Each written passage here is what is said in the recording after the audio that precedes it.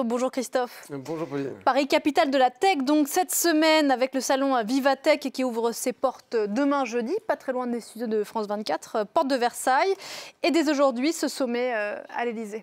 Près de 80 grands acteurs de la tech, patrons de Twitter, d'Uber et de Huawei notamment, mais aussi un certain nombre de dirigeants seront reçus par Emmanuel Macron pour cette seconde édition du sommet Tech for Good. L'objectif reste toujours de trouver les moyens de mettre en adéquation l'innovation avec le progrès social et le respect de l'environnement.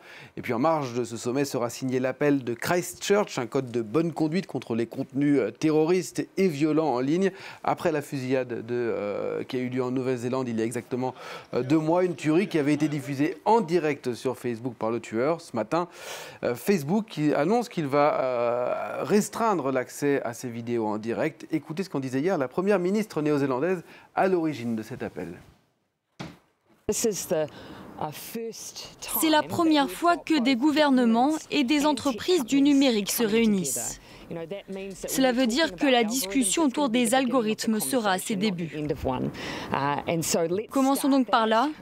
Bien sûr, il y en aura qui mettront en avant le secret des affaires. Nous n'avons pas besoin de connaître leurs secrets commerciaux, mais nous avons besoin de savoir quels impacts auront l'utilisation de ces algorithmes sur nos sociétés. On en vient à ces difficultés que doit affronter British Steel.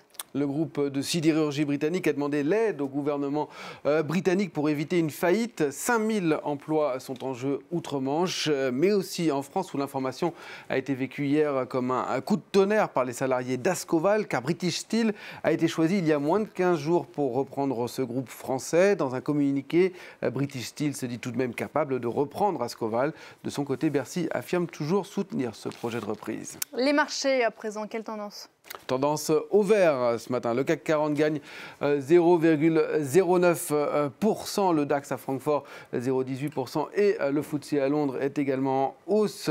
Après une belle hausse déjà hier, où les indices européens avaient rattrapé leur retard, leur perte de lundi, lorsque l'ensemble des bourses mondiales avaient chuté à la suite de la reprise des hostilités dans la guerre commerciale entre les États-Unis et la Chine. Alors, on va en reparler avec notre invité, comme tous les mercredis, notre partenaire d'Orval Asset Management, François-Xavier Chauchat. Bonjour François-Xavier. Après la baisse, la hausse de nouveau sur les marchés, est-ce que les mesures annoncées par la Chine et les États-Unis ont une augmentation, ont une conséquence sur l'économie mondiale ?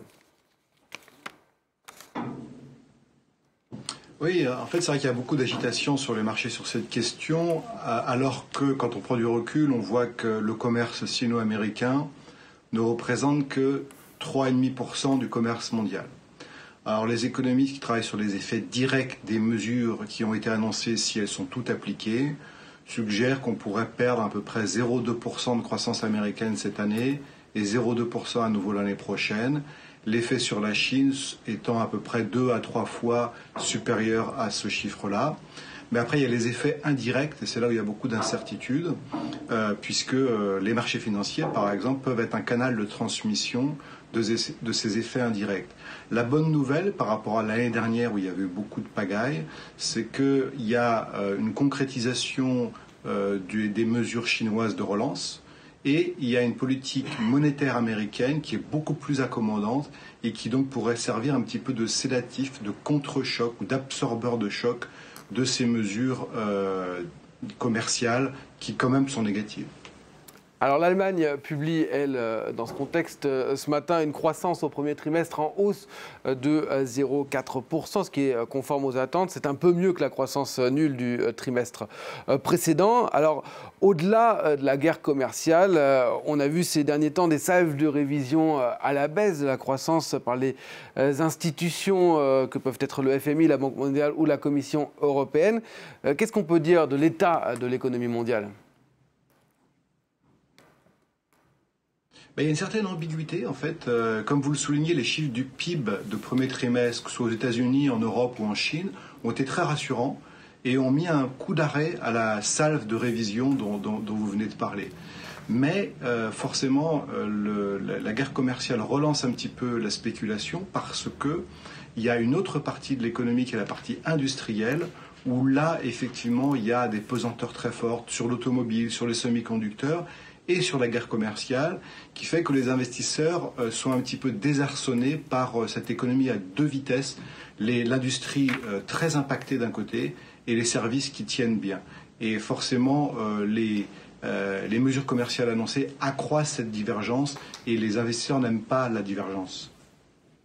François-Xavier Chauchat, merci beaucoup pour votre éclairage ce matin et belle journée à vous.